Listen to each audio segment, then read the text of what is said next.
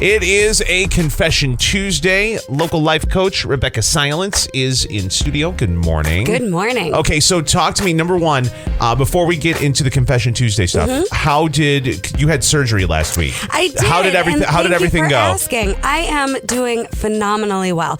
Last week was the final scheduled surgery, so that was my 7th surgery this year. Oh, that's all. And whatever. Just 7. But 7 surgeries in a year, and look at the smile on that woman's face. We were talking I am earlier. healthy. I am cancer free. In terms of right now, yes, it'll make me cry. There's no evidence of any disease in my body, and I made the absolute right decision by stopping the chemo treatments. They were making me sicker than any chance of improving my health, and the doctors last week validated that they would have taken me off of it anyway. The surgeries are done, and now I feel like I don't have any big scary surgeries or chemo treatments or events that are looming in my future. I feel like at this point the cancer is almost a bad dream, and I can't tell you how grateful I am for the experience, how much I learned from it, how much I've grown, how tight my husband and I are now, and I am just enjoying every day feeling healthy, and it's a wonderful thing to be back to work and back on the air, and everyone out there who supported me, I can't thank you enough. Congratulations. Yes, absolutely. That's first and foremost. And at this point now, it's just you have to get checked on. You have to get checked on the regular basis, right? It's a 10-year follow-up for me because the cancer was so aggressive. So every 3 months, I'll be driving out to Roswell Park in Buffalo and getting checked. And I will definitely keep those appointments and stay on top of things. But I feel so healthy, and every day I'm getting stronger. Good. You look amazing. Thank you. There will be some physical therapy and things like that I do have to follow up with as well, but I can't tell you how amazing it feels to be back and to feel like I have my life back. Well, I've known you for the majority of my life, and I've always known that you are a very, very strong woman, and your mental strength absolutely has helped your physical strength, and your mental strength has absolutely helped everyone here in Central New York.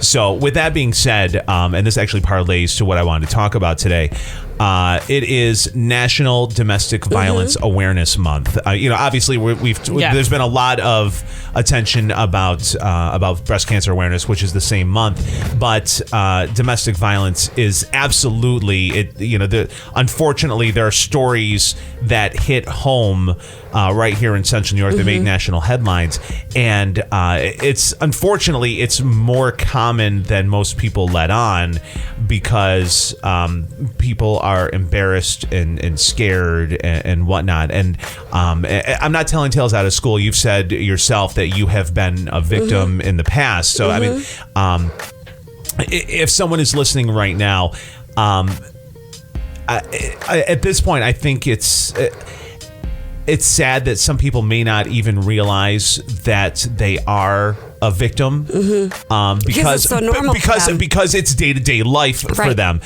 So what I want to do is I want to start with what some of the warning signs are. Let's start let's do some basics. What are some of the warning signs, and from that point, how can you empower yourself? How can you face that fear? Because a lot of times the majority of cases don't get reported, or they don't follow through, or don't even go to talk to somebody because of that fear. How can you face that fear? But let's start with warning signs. Yeah, and you're right. My first marriage, I was in a domestic violence situation, and first of all, I just want to say that there's nothing that you can't survive. Right? Whoever you are listening right now, there is nothing that you can't survive. And it's up to you if you want to create a new normal for yourself. Warning signs of domestic violence are very, slippery at first. If someone is starting just by insulting you and putting you down, I want you to pay attention to that. My 10-year-old came home last week telling me about a boy who said some things that actually were pretty mean. And we had a pretty serious conversation about it, right? If someone's being mean to you and putting you down, that is not your fault, and if you tolerate it, that's where you're responsible. Right. So them calling you out, calling you names, putting you down, trying to make you feel small. That's not your business. But if you're sticking around for more, hoping that it's going to change, then things can progress to a violent situation. So it starts out with just the little mean, nasty comments, or even the shunning behavior where I'm going to punish you into submission. Those types of things are not healthy and no one deserves it. But again, if you're tolerating it, guaranteed it's going to escalate. So after the little nasty comments and behaviors like that, then it's going to escalate. People are going to try to see how far they can push you. And if you're dependent on the other person financially, emotionally, even sexually, you may be willing to put up with some of this for longer because you're afraid of taking on financial independence by yourself or being alone. I want you to be more committed to you loving yourself than feeling like you need to be taken care of. And that's where a lot of this starts, where one person feels like they need the other one to take care of them, so they accept a lot of this behavior, and it gets worse and worse and worse. And then there may be, a dish thrown in your direction, and then it might eventually turn into a slap. But keep in mind that domestic violence is not just physical. Right. It's not just physical. And I think a lot of people associate domestic violence with physical abuse. It can also be sexual, right? Where maybe you feel like just because you're together, you're supposed to participate in some of that activity. You don't ever have to participate if you're not interested. You're at choice. I don't care if you're married. I don't care if you've been together 25 years. It can also be sexual. It can also be emotional, where it's just constant emotional beating of the other person down. And then just consider the possibility that before you move on, I'm glad you brought up the emotional thing, because I think that's the one, if someone is physical with someone, that's a definite he hit me, she hit me. Right. Okay, that's, and by the way, domestic violence goes both ways. Oh, it does. It absolutely goes both ways. And that's what I was just going to get into. But with the emotional stuff, if there's a physical, there's an act, there's contact in some way, shape, or form.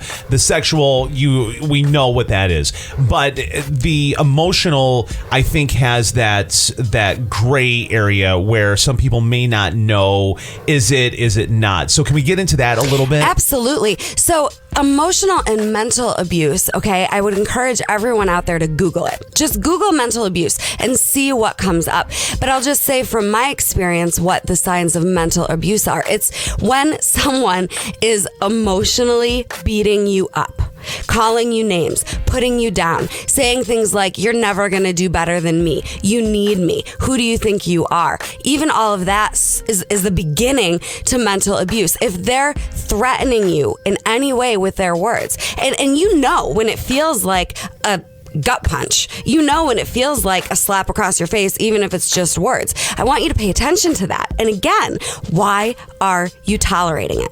I don't care who you are. I don't care what you've ever done. I don't care if you forgot to pay a bill or if you didn't follow through on something you said you would. You don't deserve to be called names or threatened in any way, shape, or form.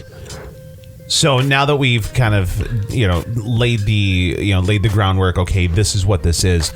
I guarantee that there are some people listening right now where it's, oh my gosh, like all of a sudden it's coming to realization when they finally when someone finally has the courage, and it does take courage and it does take strength to go and do something. Where do they go? What do they do? Who can they talk to? Mm-hmm. So if you even have a suspicion that you're in a situation where there's emotional or mental abuse, physical abuse, sexual abuse, it's a domestic violence situation, I do want you to reach out to someone. I want you to at least contact people who are closest to you in your inner circle. There's also very good therapists in this community, coaches like myself. There are opportunities with the YWCA where they will actually give you a place to stay. They will actually hook you up with some free resources. So this community they'll be your advocate legally as well. Yeah. Absolutely. And if something is happening in the moment, I don't want you to be afraid to call the police.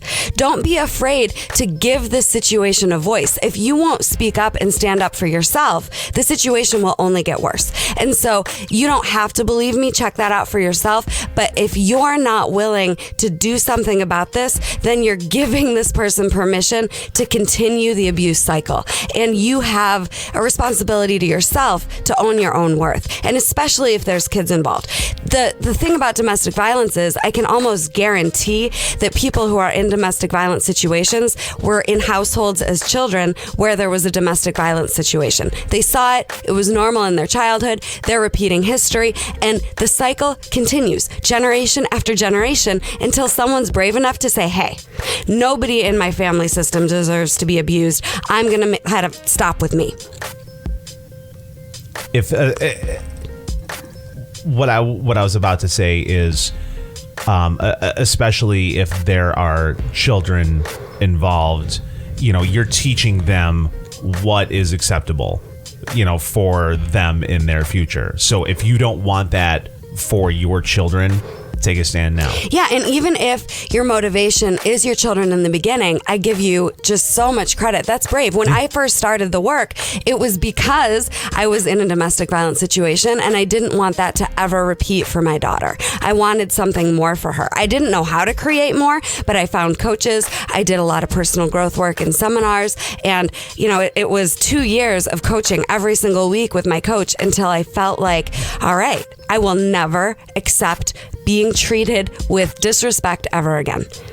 Local life coach Rebeccah Silence, inspiredresultscoach.com. The YWCA, they have a hotline 24/7, and also tonight is their Take Back the Night event at City Hall in Utica, and details on that you can check out their Facebook page. And it's about creating a new normal for yourself. Yeah. You use the word acceptable. For me, it's just so normal that I don't even imagine life could be different. And I want everyone out there to just consider the possibility that you're in charge of your normal and you can raise the bar for yourself. And this person is only doing the best they can based on what they saw. Who's the abuser? They're not necessarily trying to hurt you. They don't know another way to be in relationship. So if you want a different experience in relationship, take a stand, reach out, get help, and create a new normal for yourself. It is Confession Tuesday here on KISS FM. Local life coach Rebeccah Silence.